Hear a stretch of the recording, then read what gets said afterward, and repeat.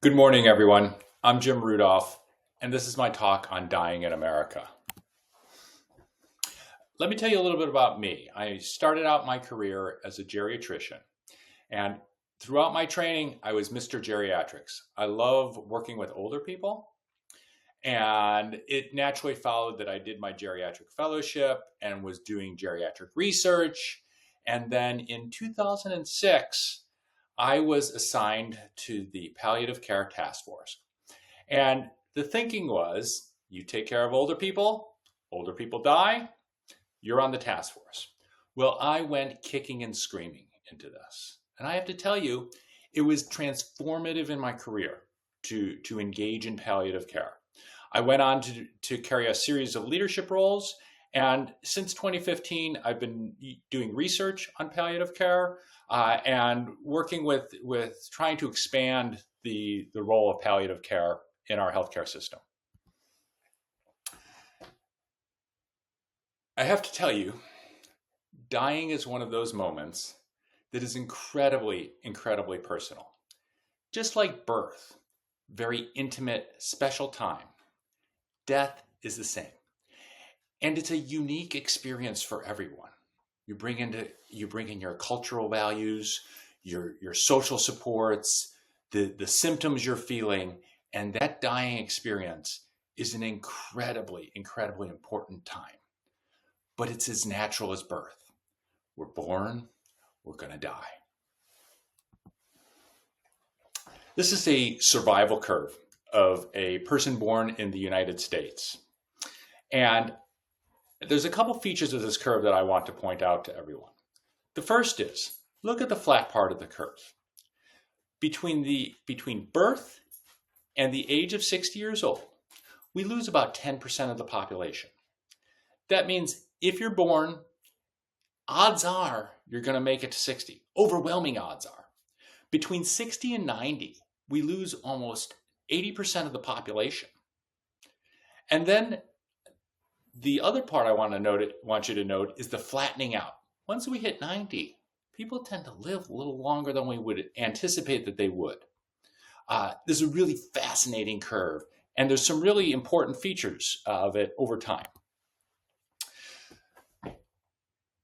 At each age group, we can use population measurement to understand what people die from.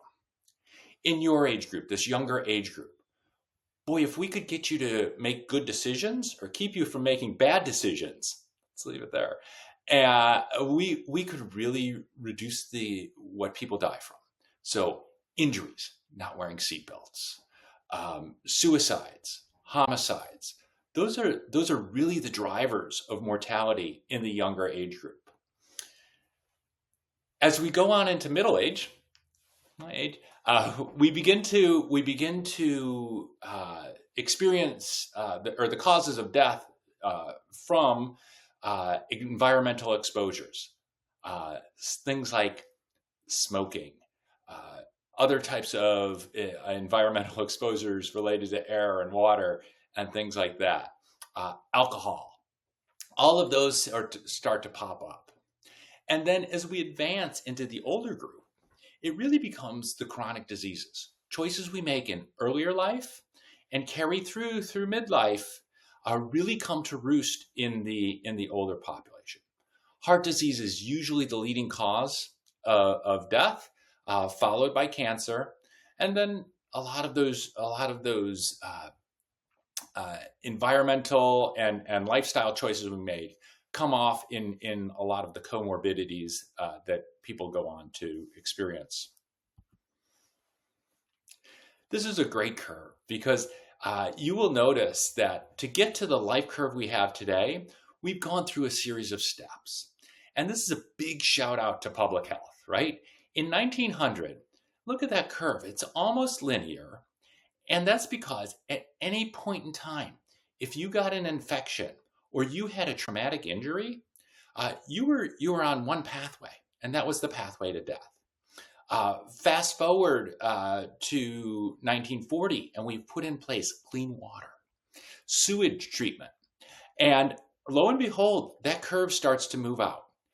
it gets harder and harder to move that curve out. So I'm not sure what the 2025 curve is going to look like, but I bet it's going to be a lot closer to that 2014 curve.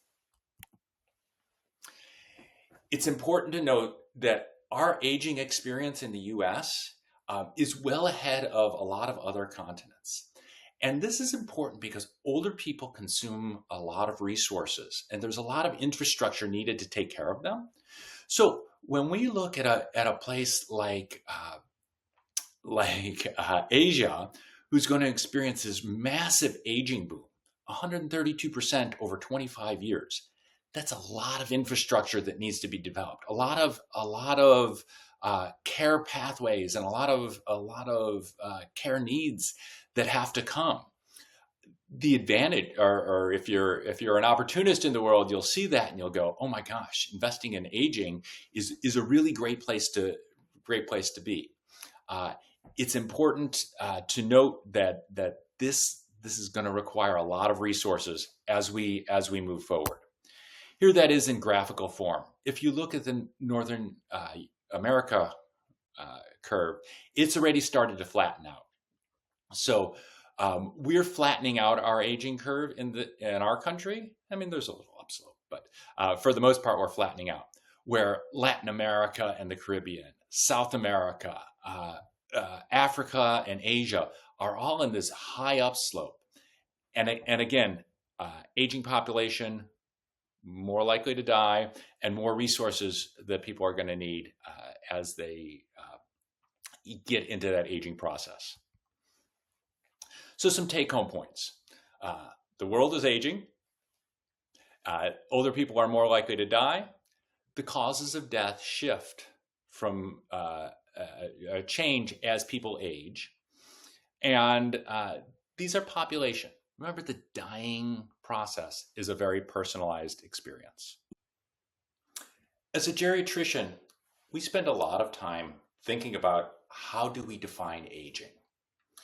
And I've divided this into biologic and physiologic fundamental characteristics of aging. So as we're aging, we accumulate environmental exposures, right? Did you grow up in a house with lead paint? Was there clean water? Did your parents smoke? All sorts of exposures that we accumulate. Did you live in an urban area? Did you live in a rural area? All sorts of environmental exposures that we pick up throughout our lives. It's not just childhood. It's the full spectrum that we accumulate those environmental exposures. And those cause oxidative stress. Our bodies react to these exposures. How it reacts is still not completely known. But what it ends up doing is causing genetic damage, either through mutations, through DNA methylation. We know that there's telomere shortening as part of this process as well. And overall, what we see is that our cells start to slow down as we age. Then there's the physiologic measures. We see a reduced resiliency with age. This means that someone who's injured during their youth is way more likely to bounce back from that injury than an older person is able to do that. This reduced resiliency becomes really important as people accumulate comorbid diseases, right? You're going along and all of a sudden you catch the flu. And a young person is going to get the flu, be in bed for a couple days, and they're going to bounce back. And it's going to, it might take them a little while to get back, but they're going to get back to where they are. You take an older person, that illness is expanded. So the few days in bed might turn into a week in bed. The recovery from that may never actually happen. And that is really that reduced resiliency. With age, we also see a decline in function. You just can't do what you used to be able to do in the same way. Your performance levels drop and things like that. This creates a very unique older population. And I'm not just bragging because I'm aging, but if you took a cross section of this room, everyone has a good heart. a good brain, good kidneys, right? You take a cross section of a group of older people, and some people have bad brains and good hearts and okay kidneys, and other people have great brains and terrible hearts and mediocre kidneys. It just everyone becomes unique, more unique physiologically. And of course, this all leads into increased mortality. Now, I want to show you a couple curves. The curve in blue is my hemoglobin. And over the past 5 years, my hemoglobin has been dropping. The other curve is my mile times. And my mile times have gone up proportional to my hemoglobin. There's a little more to this story. So in 2020, my hemoglobin started dropping. And my first symptom of that was decreased mile times. I noticed that I couldn't maintain my mile times anymore. I just showed you the curve. My hemoglobins continued to drop, and I pursued an aggressive workup. And in 2023, I was diagnosed with mutations. Now, there's a couple features of mutations.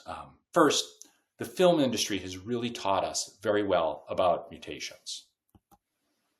Wolverine, cool mutant, right? Adamantium for bones. He's got these knives that come out of his hand when he gets angry, and he's got super healing powers. A mutation I'm really jealous of. Teenage Mutant Ninja Turtles, very cool mutants. And if you think of the number of mutations that these turtles underwent, it's amazing, right? Mutations to increase the size of their brain so they could learn language and develop advanced ninja skills. Mutations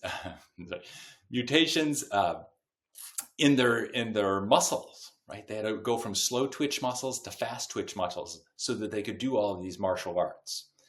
And then mutations in their GI tract so they can move from a vegetarian diet to an all pizza diet. Very cool mutations.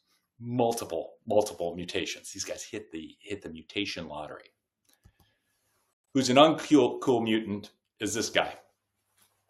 So very real. My mutation impacts on my function, and it's really determining my life course. So I have a condition called myelofibrosis, and it's not technically a cancer because in cancers, the mutant cells grow very rapidly. In mine, the mutant cells are stimulating other cells to lay down scar tissue in my bone marrow. And what that scar tissue does is it crowds out all of the good bone marrow and leaves just scarred bones, scarred inner bones, I should say. It is universally fatal, right? Coming along, I'm experiencing the anemia, but immunosuppression is not long to follow, as is bleeding risk, as the platelet counts continue to drop. The major risk is a transition to leukemia. And the good news is that myelofibrosis is curable with a bone marrow transplant.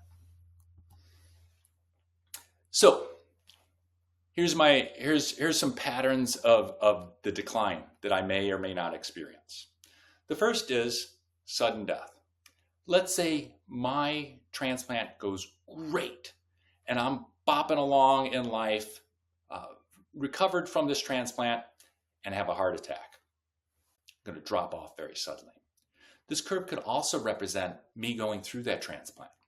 I'm at my maximal functional level for my hemoglobin, and I develop an infection during my transplant, and suddenly, very rapidly, things could shift downward. This is a decline of chronic illness in older people, but in my case, it's a decline of graft versus host disease. This is where the transplant begins to attack my body and scar down and really cause inflammation in my organs. And so it leads to this series of insults. You continue to have not only infections, but then your kidneys don't work as well, or your heart doesn't work as well, or your skin is tightening up and things like that. And so there's these patterns of recurrent illness. And because I'm aging, and because I've had this transplant, my resiliency is reduced. And so the pattern is declining. Here's the pattern of decline if we don't do anything, right? And I'm just going to drift off. My anemia is going to get worse and worse. My energy levels are going to drop. And slowly over time, I'm going to go away. This is paralleled by someone with dementia. And they experience a very similar, just a slow, steady decline. So in February 2023, I was given 6.23 years to live. And if you extrapolate that out to today, I have 3.64 years to live. These are population statistics based on myelofibrosis. Where I fit on the curve of younger, more active, earlier in the transplant process, later in the transplant process, transition to acute leukemia, unknown. I have to tell you that across cancers, across all disease, predicting when people are going to die is really, really hard. Heck, had the insurance industry figured this out, I wouldn't be here. Or had I figured it out and sold myself to the insurance industry, I wouldn't be here. But in general, physicians tend to overestimate just how long people have to live. And this is true in cancer patients. It's also true in chronic disease like congestive heart failure. Cardiologists tend to overestimate survival. But cardiologists are actually better than the primary care docs. So people with more specialty, people who have seen it more, are better, but they're still going to tend to overestimate survival. The take-home points: each person follows their own life course. We can do population statistics and try and determine about what happens, but there's so many factors that come into play. And I would say that the heterogeneity is the biggest factor that plays into this, just because where you start out in your disease process and where you're at for that treatment is really what matters. Our health system has evolved over time. I showed you these life curves before, but if you look at 1900, that flat curve or that straight line curve, right? Our health system, the best we had in the health system then was, the doc could come to your house and offer some palliation or some various ointments and things like that. There wasn't a lot of treatment. Fast forward 1940, all of a sudden antibiotics come into play. Surgery for acute illness comes into play as an option. And vaccines are slowly making their way into the health system. And so people begin to understand that going to these hospitals might actually save your life. And we evolve, or we advance that system, right? More and more we depend on this health system through 1980, through 2014, where we're doing more and more advanced treatments to rescue people who have acute illness. At the end of life, this whole model of healthcare we have promotes dying in the hospital, right? First, we have to acknowledge there's an inherent discomfort with death. I stand here and I'm half crying, half laughing with my own pathway, but I'm going through the process and I'm not comfortable with it, and I imagine that many other people are in a similar boat. There's an inherent aging bias in our society that as someone's aging, we don't quite understand that they're aging and possibly in that dying process, and so we get them off to the hospital. If you think of any time someone's not acting right, the first thing they do is we get them to the hospital. So the hospital really serves as a safety net for that. our reimbursement system is also built around this and very much favors acute care and acute disease that can extend people's lives, perhaps. And the final part is that we don't do a good job of talking about what we might and might not want during hospitalization. So let's talk about this a little bit more. Let's say this afternoon, beautiful fall day, leaves are changing, you're on an Ivy League campus, and you're walking through the college green, and suddenly you fall down. People see you fall down and say, oh my gosh, this person's having a cardiac arrest. Let's do CPR. And they immediately jump in and do CPR. What do you think your chances of surviving to hospital discharge are?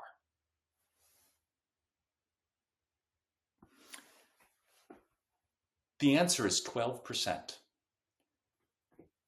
Remember, that's survival. That doesn't include the functional deficits that you will have after CPR. All right, let's talk about our healthcare system. Let's say you're in the most advanced health system in the world. Our Brown University Health is pretty darn good at this too, right? And so you're in this health system, you're monitored, you're wired, and you have a cardiac arrest in the health system. What are the chances to survival?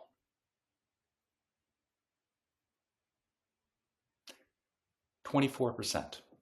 24% of people who get CPR in a hospital survive to discharge. That, again, doesn't account for the functional deficits that come with experiencing CPR.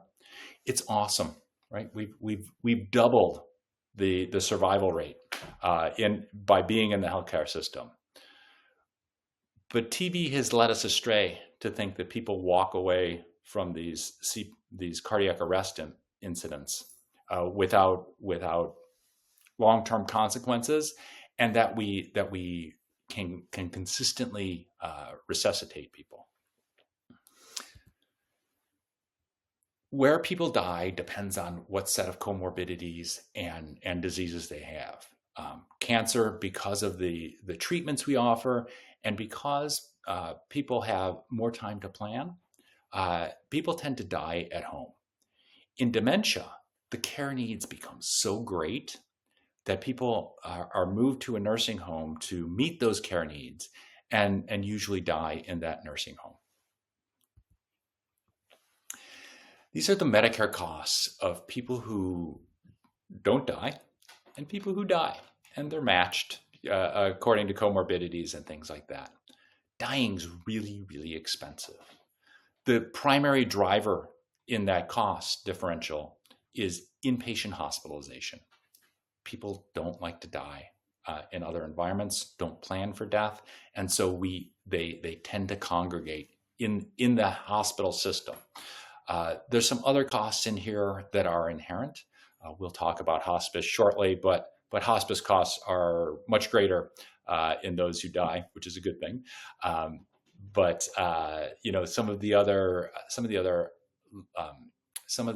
locations really are on that pathway to dying. So subacute rehabilitation after hospitalization, people who can't go home go to subacute rehabilitation, and then often have home care too in that dying process. So some take-home points here. Our health system is really designed to treat acute disease and serves as a safety net. And so people who are in the dying process are often brought to that health system, and that really escalates the costs of dying.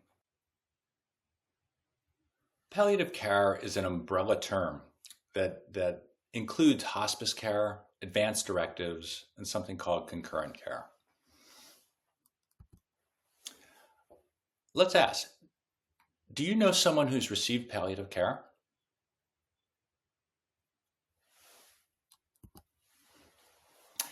A little bit more about my story, and I don't mean to make this fully about me, but it's pretty personal and it's pretty raw right now. So I'm going to undergo a bone marrow transplant, or I'm planning to undergo a bone marrow transplant. And what happens there is they look for donors in this registry, and they do all sorts of matching of biologic markers to determine if a match is available. Uh, Unfortunately, all my siblings are too old to be bone marrow transplant donors, so I'm left with going into the registry to do that. Then they give myeloablative therapy. It's really high dose chemotherapy. They wipe out all of your existing immune system in favor of the new healthy bone marrow to come in. And it's really a peripheral procedure. They infuse this new bone marrow into your vein, and magically the bone marrow cells know where to travel to that, and it takes about 2 weeks for that bone marrow to start to take hold. During that 2 weeks, you're observed very closely, and it's a really tenuous time. The risk for infection is very, very high. And there are complications that can develop rapidly as reactions to the transplant, or if the transplant begins to attack your body rapidly. It's not a procedure that they recommend for just anyone. So here's the population statistics of a bone marrow transplant, right? There's a 20% chance that during that bone marrow transplant, I'll die. There's a 40% chance that I'll return to full function, and there's a 40% chance that I'll have a disability after the bone marrow transplant. Let's say the goal is to return to function, and so we're faced with a decision. If you had a choice, disability or death, which would you choose?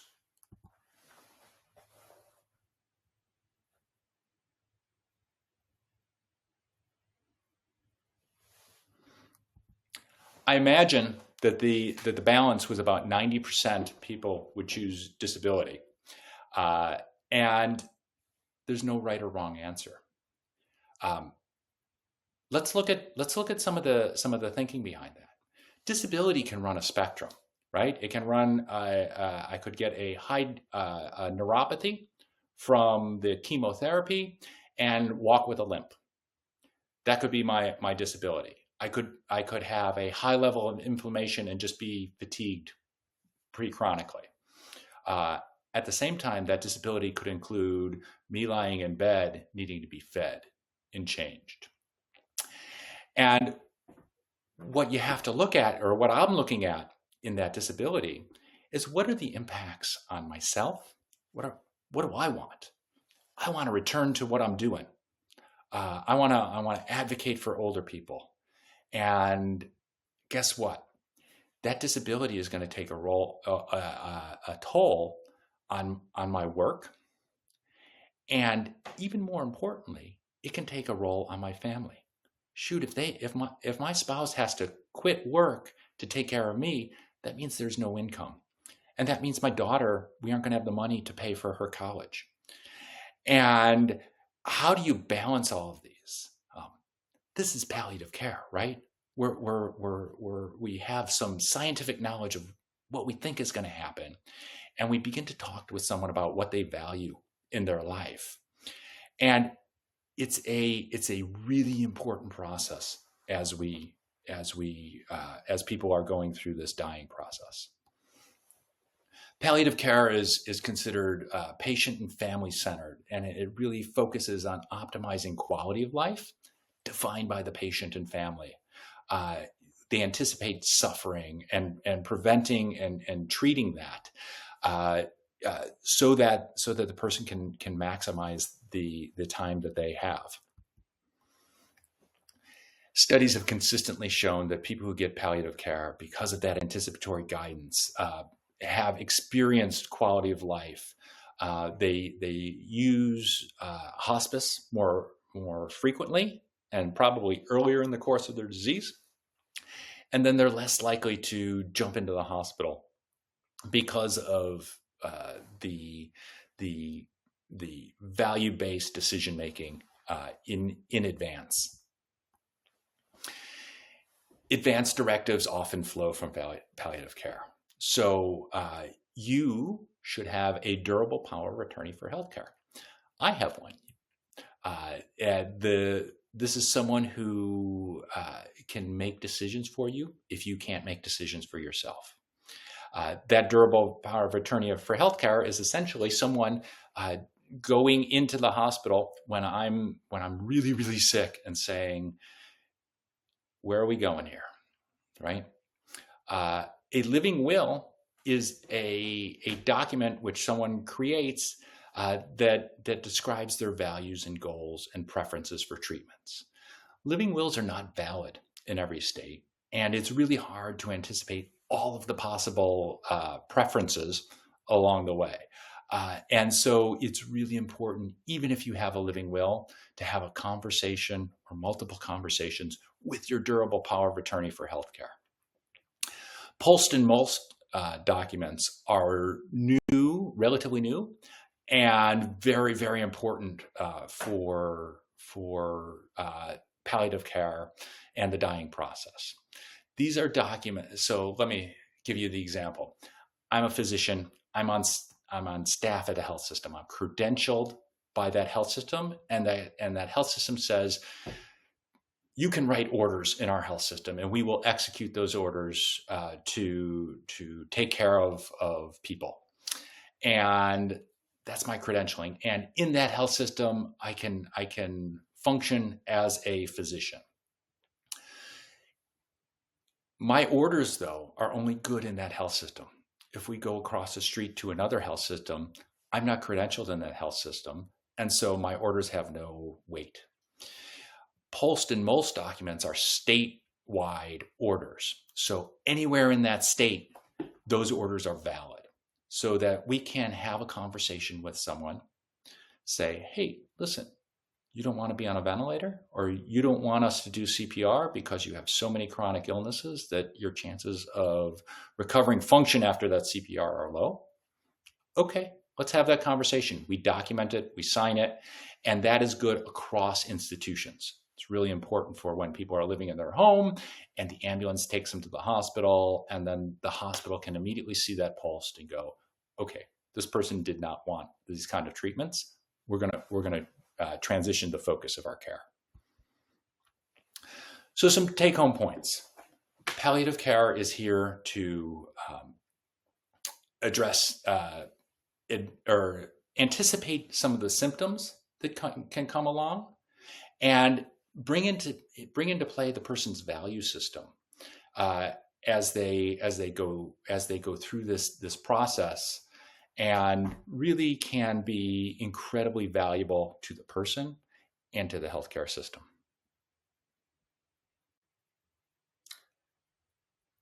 Here's where it gets real.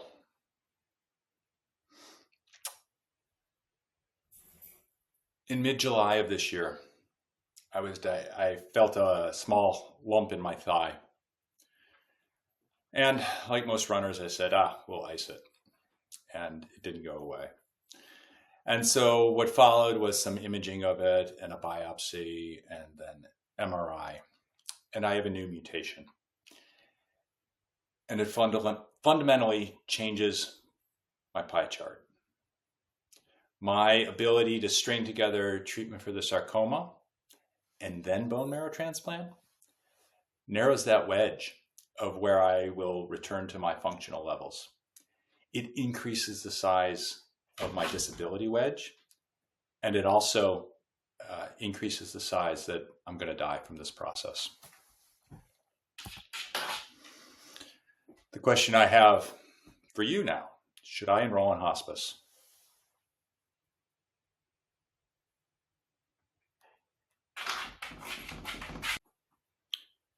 Before I answer that question, let's learn a little bit more about hospice. For Medicare, hospice is comprehensive care for the dying person. It's included in that palliative care umbrella, and it really invokes an interdisciplinary team to help support the person, as well as the caregiving and support unit around that person. It focuses on pain and symptom management and provides both emotional and spiritual support. And after death, it provides bereavement support. But by enrolling in hospice, you forego other medical treatments. Now, if I were a smart, industrious student, I might look at this chart and go, there's a summary of a lot of information that might be on an exam. This compares palliative care and hospice. And I want to focus on the disease-modifying care, where in hospice, you forego treatment for diseases. In my case, I would have to forego surgery for my sarcoma, as well as bone marrow transplant.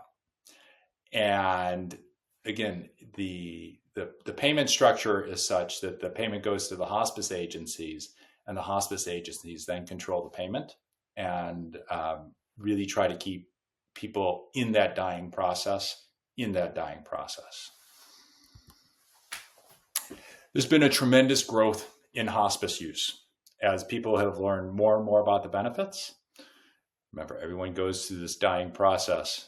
And so we're witnessing the growth in hospice in hospice. And I think it's a huge benefit to dying people that 50% of Medicare beneficiaries receive hospice care. When patients receive hospice care, the ratings are off the chart, right? The idea that we're going to focus on the family unit, we're going to create this intimate dying process is really well received by families. And the families also rate that the symptom control is far, far better with hospice. People who enroll in hospice are less likely to be hospitalized and they're less likely to die in the hospital. The challenge is it's not necessarily cheaper because hospice and this interdisciplinary team and symptom control all come with some costs to it. For acute disease, hospice is probably cheaper. So for someone with a cancer that's become very aggressive, that hospice might lower hospital expenditures. For someone with a chronic disease like dementia, because of the time that they're in hospice, expenditures aren't necessarily lower. The other part that everyone needs to be aware of is that hospice is a business, and it's become a more and more for-profit driven business. And so Medicare spends a lot of money on hospice, and about 5,000 agencies, only 26% of those are not-for-profit, and most agencies are small. They're local businesses trying to just make their way in the world. There's an inherent conflict, though, with the idea that someone's trying to make money off of someone who's dying. So hospice care is a service that in the last 6 months of life provides this comprehensive care. But by enrolling in hospice care, you forego other medical treatments, and that creates some conflicts in the system. And increasingly, those conflicts are in a for-profit driven system. So as a mutant, double mutant now, gosh, I wish I had those turtles mutations. I'm just trying to navigate this really complex system. And, I still have a dream of returning to function, of threading that needle of treatment for my sarcoma, followed by treatment for my myelofibrosis. But it's really hard. No one's created a roadmap for this. No one's created policy for this. And so what happens is the dying person is left to manage that on their own. I have 20 years experience in this field, and I'm struggling to manage this entire process on my own. I'll give you an example. I have really great health insurance, but my insurance isn't paying bills from February. And so I have to track every bill, every procedure, every visit I get. I have to track that. And then I have to follow it to make sure that the insurance company is paying for it. And I have to do advocacy on my own behalf to try and get the insurance company to pay for bills or for things that are pre-approved and covered already. And it makes it really, really hard to deal with the emotional responses of this, as well as the infinite pushes and pulls that come in our healthcare system. I'm so thankful to have a great healthcare system that has a treatment plan for me and has the supportive services that I need. But managing this pathway on my own has been really, really challenging. The Institute of Medicine put out some recommendations in 2014, and they were really bold recommendations and continue to be really bold recommendations. A seamless delivery of care for people who are dying, advanced clinician-patient communication, and advanced care planning, teaching our medical students and our residents and our physicians how to communicate about this dying process.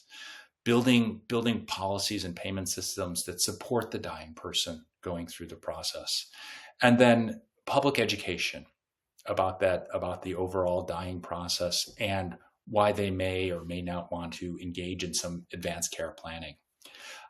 Largely, these have been ignored, and so we're left in this wild west of a healthcare system without a lot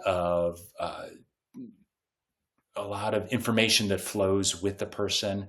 And if you're not in a specific healthcare network, there's basically no information flowing and leaving people on their own. So some take-home points. Because of the way the industry is, everyone has their own interest at heart, and they're all duking it out. And it doesn't take into account the patient's best interest. And without a cohesive policy structure, financial interests and cost almost always dominate. And that's really not in the best interest of patients, their families. It's not in the best interest of the healthcare system, and it's not in the best interest of the country. So I'm going to leave you where I started, right? This is a natural process, and everyone is going to go through it. We all go through it in our own way, and it is a very intimate time. It's a very, I want to say special, but I don't know that it's as special as birth. It's a very raw time, and really the more we can do to support people going through this, the better off we are. So you've heard from me in my personal journey. We have to congratulate Professor Wilson. He not only went out and found a palliative care physician, but a palliative care physician who did research and a palliative care physician who was invested in healthcare policy around the dying process. But then he went out and found one who was also dying. Recruitment for next year is going to be really, really tough because odds are I'm not going to be here. Some take-home points for you. These won't be on the dust. This dying process is filled with grief. When you're in grief, please ask for help. Other people have been through this process. Being pulled out and having an objective view of what's going on can be really, really helpful to guide you through the process. I'm getting help. If you're going through grief, please reach out and get help. My personal plea is that you donate blood. if I'm fortunate enough to get the sarcoma managed and then be eligible for a bone marrow transplant, I know in the transplant registry, I have 39 matches in the world. And that's a great consolation to me. The challenge is I'm going to need a lot of blood. And so if you would be kind and donate blood, that'd be great. The other thing I'll say is I've often viewed blood donation as a way to change your karma. If on your worst day you say, oh my gosh, the world is against me, and you recognize that and you go out and give blood, what you're really recognizing is the world may be against you, but other people have it way worse than you do. So on your worst days, think about giving blood. The final plea is to register as a bone marrow donor. And this is particularly important if you come from an underrepresented population. My matches in the bone marrow registry come because the armies of Northern Europe require their conscripts to be bone marrow transplant or be bone marrow transplant donors. And that means my 39 matches are most likely coming from Northern Europe. And that's awesome. But if I were not of Northern European ancestry, I'd have to put up billboards on 95 to beg people to become a bone marrow donor. You can transform someone's life, and you can really help them live fully and functionally. So thank you all